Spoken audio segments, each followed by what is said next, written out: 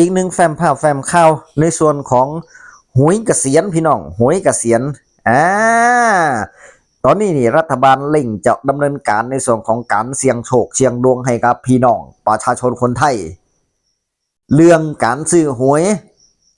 จะหาวิธีคืนต้นทุนให้กับพี่น้องนะครับเนาะถ้าเขาซื้อหวยเถื่อนหวยใต้ดินนี่แถวบ้านเฮานี่มันบ่ได้เงินขึ้นเป็นบ่เสียไป500ก็คือ500ไปเลยเสีย1,000ก็คือ1,000ไปเลยบ่ได้ขึ้นจักบาทตอนนี้รัฐบาลมีโครงการ2โตพี่น้องโอ้โห2อย่างออกมาโครงการหวยออกมา2อย่างซื้อแล้วเงินที่ซื้อเฮาเป็นเงินฝากก็มีโครงการหนึ่งซื้อแล้วเงินส่วนหนึ่งเฮาได้คืนก็มีอันนี้เขาทาเด้อันนี้เขาทาเด้รัฐบาลเห็นแบบนี้ก็เขาทาอยู่ที่นี่หวยระหว่างหวยเกษียณกับหวย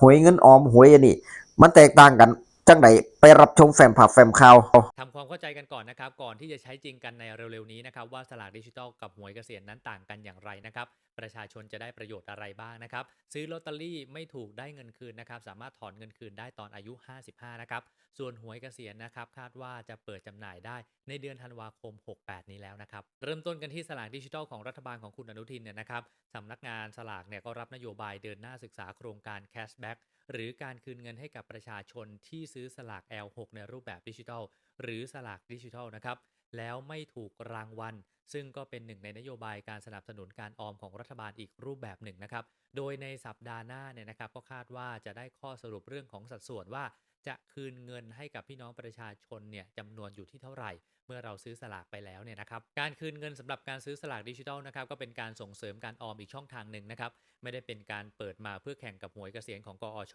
นะฮะซึ่งก็จะเป็นทางเลือกให้กับพี่น้องประชาชนสามารถออมได้ทั้ง2ช่องทางแล้วก็การคืนเงินของสำนักงานสลากนั้นเนี่ยนะครับหลักการเบื้องต้นเนี่ยจะสามารถที่จะถอนเงินคืนได้เมื่ออายุ55ปีส่วนคนที่อายุ56ปีขึ้นไปเนี่ยนะครับก็จะสามารถเข้าร่วมได้แต่สามารถออมได้เพียงอีก5ปีเท่านั้นนะครับมาดูกันที่หวยเกษียณนะครับที่เบื้องต้นเนี่ยคาดว่าจะเริ่มจำหน่ายได้ในเดือนธันวาคม68นี้นะครับขายใบละ50บาทนะครับซื้อหวยเงินไม่หายไปไหนนะครับก็จะเปลี่ยนมาเป็นเงินออมนะครับลุ้นกันได้ทุกวันศุกร์1ล้านบาทนะครับก็คาดว่าจะเปิดขายได้เดือนธันวาคมนี้จำนวน5ล้านฉบับภายใต้แนวคิดสุขได้ลุ้นสุขได้ออมนะครับเงินทุกบาทที่ซื้อสลากจะกลายเป็นเงินออมทั้งหมดเลยนะครับโดยคนไทยที่มีอายุตั้งแต่15ปีขึ้นไปเนี่ยนะครับสามารถที่จะซื้อสลากกอช.ได้ในรูปแบบสลากขูดดิจิทัลนะครับราคาใบละ50บาทซื้อสูงสุดต่อเดือนเนี่ยได้เพียง 3,000 บาทเท่านั้นหรือจะได้ทั้งหมด60ใบนะครับออกรางวัลทุกวันศุกร์เวลา 17 นาฬิกาก็จะแบ่งเป็นรางวัลที่1มูลค่า1ล้านบาทจำนวน5รางวัลแล้วก็รางวัลที่2มูลค่า 1,000 บาทจำนวน 10,000 รางวัลนะครับส่วนผู้ที่อายุ60ปีขึ้นไปนะครับสามารถซื้อได้โดยต้องออมไว้5ปีแล้วก็ยังซื้อได้ไม่จำกัดรอบด้วยนะครับหากกรณีที่เกิดการเสียชีวิตเงินออมทั้งหมดก็จะตกสู่ทายาทตามกฎหมายหรือบุคคลที่ผู้ซื้อนั้นได้มีการระบุเอาไว้นะครับ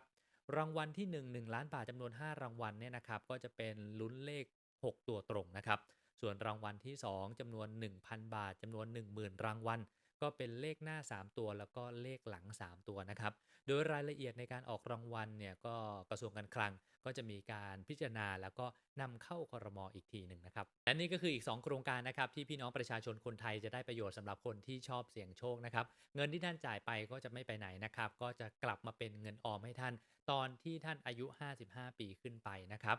เดี๋ยวเรารอติดตามกันต่อนะครับว่าจะเป็นอย่างไรทุกคนชอบไหมครับจริงๆแล้วพี่น้องประชาชนเนี่ยได้ประโยชน์ทั้ง2ช่องทางเลยไม่ว่าจะเป็นโครงการสลากดิจิทัลของรัฐบาลของคุณอนุทินหรือจะเป็นหวยเกษียณที่ต่อยอดมาจากรัฐบาลของเพื่อไทยนะครับท้ายที่สุดแล้วนะครับพี่น้องประชาชนก็จะได้ประโยชน์ทั้ง2โครงการเลยนะครับ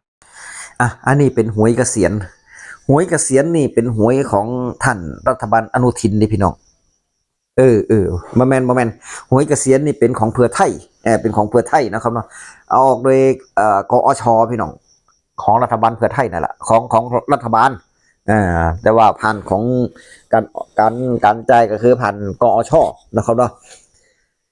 แล้วก็สลากพลัดสลากดิจิตอลหรือว่าสลากดิจิตอลในส่วนของหวยสลากดิจิตอลนี่ก็เป็นของท่านท่านอนุทินนะครับเนาะรัฐบาลอนุทิน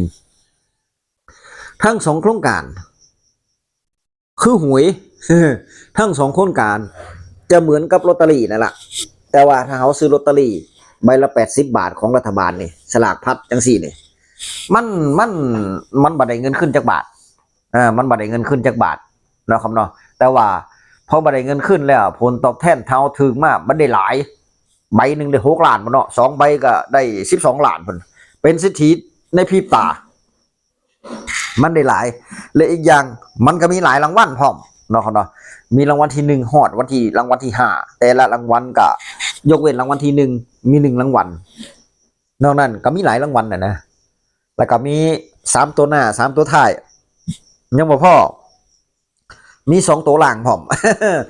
อันนั้นมันก็กระจาย80 บาทแต่บ่ได้เงินคืนจักบาทนะครับนะอันนั้นคือลอตเตอรี่แต่ว่าหวยเกษียณเว้าถึงหวยเกษียณของเพื่อไทยกันซึ่งจะออกมาประมาณเดือนธันวานี่นะครับนะซื้อคือสิ้นปีนี่จะออกละจะออกละโดยผ่านกอชนะครับนะกองทุนกอชนะครับนะการออมเงินแห่งชาตินั่นแหละเพราะอย่างการก็เป็นสมาชิกอยู่แล้วกอชนี่ออกมาแล้วถ้าเฮาซื้อบ่ใบละจักบาทจังสี่นี่สมมุติเอาใบละ100จังสี่เนี่ยเฮาซื้อ100จังสี่เงิน100ก็จะกลายเป็นเงินออมเฮาเด้ทุกบาททุกสตางค์เลยเป็นเงินออมเฮาเบิดมานี่โอ้พยาการว่าดีอยู่เด้เพราะว่าซื้อแล้วมันได้เงินขึ้นนะซื้อแล้วเงินเฮาบ่ไปใส่แบบนี้นี่ดีพยาการสนับสนุนอยู่นี่ดีกว่าเฮาซื้อหวยใต้ดินดีกว่าเฮาซื้อหวยลอตเตอรี่บ่เด้เพราะว่าซื้อบ่ได้ขึ้นเนาะซุมนั้นแล้วสลากดิจิทัลของท่านนายกคนที่32ก็คือท่านอนุทินชาญวีรกุลอันนี้นี่ก็ดีคือกันในพี่น้องมันได้เป็นเงินออมคือกันเนาะครับเนาะซื้อไปแล้วยัง50 บาทจังซี่ดิหรือว่าสมมุติเอา100เลยเนาะซ้ำกัน100จังซี่ดิส่วนหนึ่งเด้พี่น้องส่วนหนึ่งมันจะเป็นเงินออมให้เฮาส่วนหนึ่งเฮาเสียไปให้กับค่าหวยหรือว่ารัฐบาลเฮานี่ล่ะแต่ว่าส่วนหนึ่งเงินซื้อหวยตัวนี้มันจะกลับมาให้เฮาเด้มันจะกลับเงินมันจะกลับคืนมาให้เฮาแต่ว่าทั้งนี้ทั้งนั้นทั้งสลากดิจิทัลแล้วก็หวยเกษียณทั้ง2ตัวนี่ก็เป็นของรัฐบาลถ้าเปรียบเทียบแล้วเป็นของรัฐบาลแต่ว่าในการซื้อทุกบาททุกสตางค์รางวัลมันขึ้นอยู่กับรางวัลเด้รางวัลนี่มันจะแตกต่างกันออกไปนะครับเนาะรางวัลที่1รางวัลที่2นี่จังซี่แบบหวยลอตเตอรี่นั่นรางวัลแต่ละรางวัลจะแตกต่างกันออกไปแล้วก็มันจะน้อยได้หลายแตกต่างกันออกไปนะครับเนาะแต่ว่าพยาการเล่งเห็นว่ามันมีประโยชน์หมดเลยมันดีทั้งคู่นั่นแหละทั้งสลากดิจิทัลกับหวยเกษียณนี่พยาการมากหลายแล้วพยาการกับคนเสี่ยงดวงคือกันเนาะเสี่ยงตั้งแต่ฮอดน้อยถึงใหญ่ณปัจจุบันนี่โอ้ยมันจะอายุ60แล้วพี่น้องมันทันได้จักหม่องอยู่ แต่ว่าถ้าเงินที่เขาเอาไปเสี่ยงดวงหวังรวยนั่นถ้าเขาเก็บไว้ได้นะโอ้ป่านนี้เขาเอาเงินมาใช้นี่โอ้พยาการว่าหลายเติบแล้วเด้หลายเติบเลยเด้งวดที่ผ่านมาก็ลอตเตอรี่4 ใบพุ่นเด้4 ใบก็400เนาะไปซื้อหน้าบิ๊กซีไปซื้อหน้าแมคโครใบละ100เบิ่งติล่ะใบละ100 4 ใบก็400เดือนหนึ่งก็800 รอบละ400 2 รอบกับ800หวยนั่น2 รอบกับ800เบิ่งติล่ะเดือนละ800 10 เดือน 8,000 บ่ได้นะโอ้อีก2 เดือน2 8 16 8,000 9,600ปีละ9,600เข้าใจค่าหวยนะโดยที่บ่รู้ตัวทำมารวมยอดต่อปีแล้ว9,600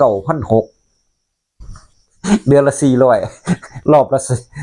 เดือนละ800รอบละ400นะครับนะวันที่16ก็400วันที่1ก็400หลายเติบเด้อพี่น้องหลายเติบอยู่เด้เสียดายบ่ถามว่าคิดย้อนหลังไปเสียดายเด้พี่น้อง10 ปีก็ไปเท่าใดล่ะเพราะการซื้อมานี่โอ้ย30 ปีแล้วเนาะ30 ปี40 ปีพุ่นแล้วซื้อมานี่ 30ปีเอาคิด10ปีก่อน10ปีกับ98,000อะ10ปีนี่เฮาคิดไปเลย10ปี98,000มึงติล่ะถ้าเฮาออมเนี่ย93เท่าใด2 9 18 93 27มึงติล่ะ200,000ปลายเบิ่งติแหละถ้าตอนนี้เฮาเก็บเงินแบบนี้เนาะเว้าถึงเด้เว้าถึงแต่ว่าเก็บบ่ได้ดอกเสียดายบ่เสียดายเด้นี่200,000ปลายนี่แต่บ่ได้เงินคืนหายแล้วก็หายเลยเสียแล้วก็เสียเลยแต่ก็บ่ถูกจักเที่ยรางวัลที่1ก็บ่ได้ก็เขาจักเที่ยรางวัลที่2รางวัลถึงวันที่รางวัลที่5บ่เคยได้จักเที่ยเต็มที่ก็เฮ็ดให้ยามถูก2โตได้ 2,000ฮะได้2,000มานี่แต่ว่าเจ้าของดีใจคักอ่ะหารู้ไหมว่าที่เสียไปจักบาทเฮาบ่ฮู้เนาะครับนะแล้วตอนมื้อนี่หวยออกบ่ถูกมานี่โมโหเด้อบัดนี้กูจะมาซื้ออีกแล้วกูจะมาเอาอีกแล้วว่าซั่นพอใกล้มื้อมาหวยสิออกถามหาแต่หวยอยู่นี่ได้ตัวใดมาแน่ตัวใดดีแน่เอ้าคือเก่าบ่ดิ นี่แหละนิสัยคนไทยเฮาเนาะครับนะนิสัยคนไทยเฮาก็ลองเบิ่งเด้อพี่น้องเด้อในส่วนของทั้ง2หวยเกษียณกับหวยดิจิทัลลองซื้อเบิ่งแต่ว่าซื้อไว้ให้มันดีเพื่อเสี่ยงโชคเสี่ยงดวงไปเนาะป่งมาปื้อมามันโอ้ยมื้อใดบ่ฮู้ได้ถูกหวยมามันก็ไข่อยู่เด้เนาะครับนะไข่อยู่เด้ได้เงินเป็นล้านพุ่นเนาะมันก็ไข่อยู่เด้ถึงรางวัลที่1มาก็ไข่อยู่เด้แม่นบ่เพราะฉะนั้นแล้วเพิ่นว่าแข่งแข่งบุญแข่งวาสนานี่มันแข่งบ่ได้มันแข่งบ่ได้อีหลีพี่น้องแข่งการเฮ็ดงานนี่แข่งได้แต่แข่งบุญแข่งวาสนานี่แข่งบ่ได้เพราะฉะนั้นบางคนนี่โอ้ยถูกมากำหนดมาให้20ปี30ปีสิจะอายุ41ปีขึ้นไปนี่จะดีจะรวยไปซื้อหวยเที่ยเดียวถูกรางวัลที่1เฉยเห็นบ่คนเฮามันแข่งกันบ่ได้อีหลีเพราะฉะนั้นก็ทำบุญไว้หลายๆเด้อพี่น้องเด้อบุญนำพาวาสนาทรงเนาะครับเนาะเฮาก็จะถึกหวยบ่แน่เด้พอยการก็จะติดตามก็จะซื้อไว้คือเก่า อย่าซื้อไว้คือเก่าเนาะครับเนาะจังไดก็พิจารณาเบิ่งเด้อหวยเกษียณกับหวยดิจิทัลดีเบิดซุอย่างพี่น้อง